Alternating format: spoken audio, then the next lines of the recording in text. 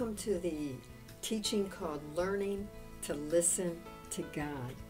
I'm going to start out with a verse like I often want to do, and you can imagine yourself sitting on this bench, sitting maybe by the seaside and mountains and listening to God, learning to listen to God. In Isaiah 30 verse 18 and 21 says, "Yet the Lord longs to be gracious to you. He rises to show you compassion, for the Lord is a God of justice. Blessed are all who wait for him.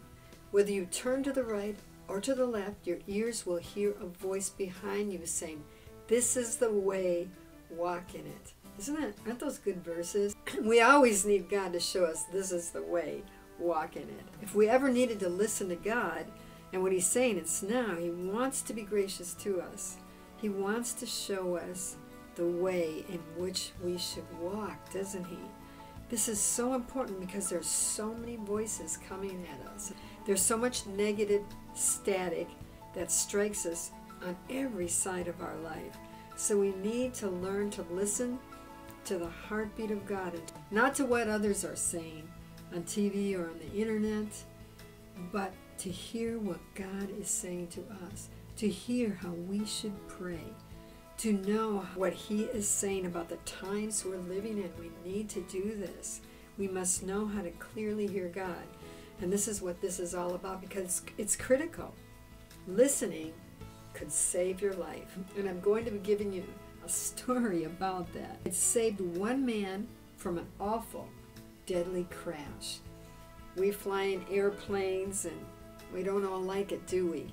Because we want to be safe. We want to be secure. But I want to tell you about what happened to an elderly man named Robert. He was in a terrible emergency situation. He was actually 81 years old, and he was forced to land a plane with no flying experience at all. Can you imagine a worse situation to be in? What happened was, his pilot friend, who was 52 years old, was flying from Indianapolis to Munich, I guess, Indiana. While they were flying, the pilot fell over the 52-year-old and died at the controls. And so there was a single engine plane that began to quickly nosedive.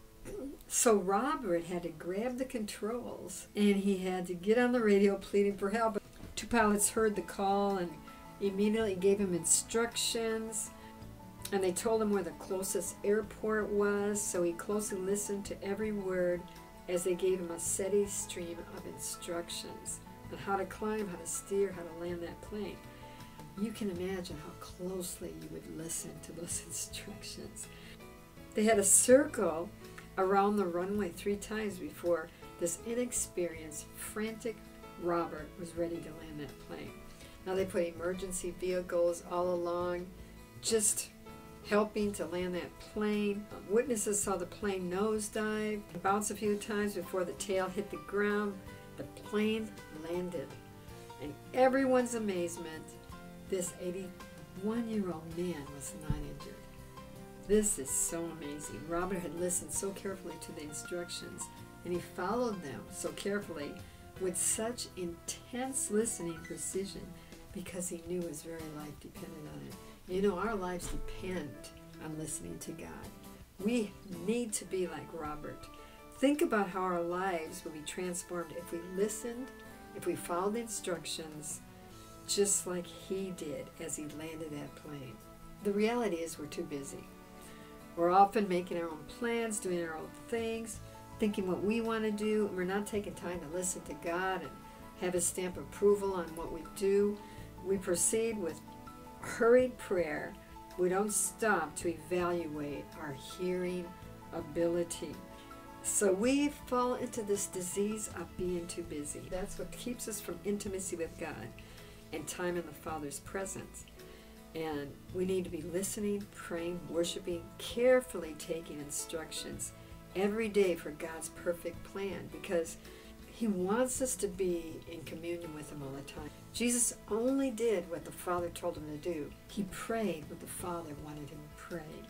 And we need to be like that. We need to listen to God that clearly.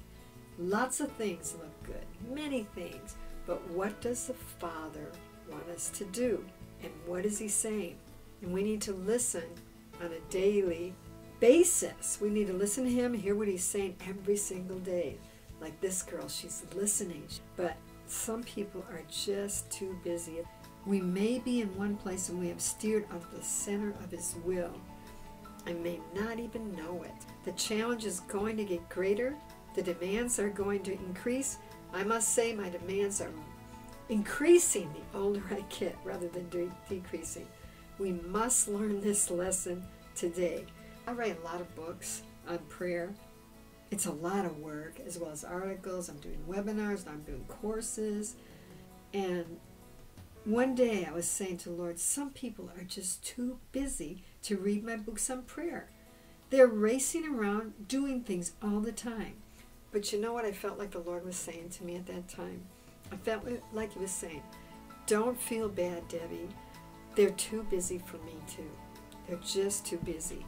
So we need to learn to listen to God. The Holy Spirit wants to guide us into all truth on a daily basis. Remember that prayer is not only asking, but it's a two-way conversation. It's listening to God and talking to Him as well. So may the Lord bless you as you learn to listen to God, to listen to His voice.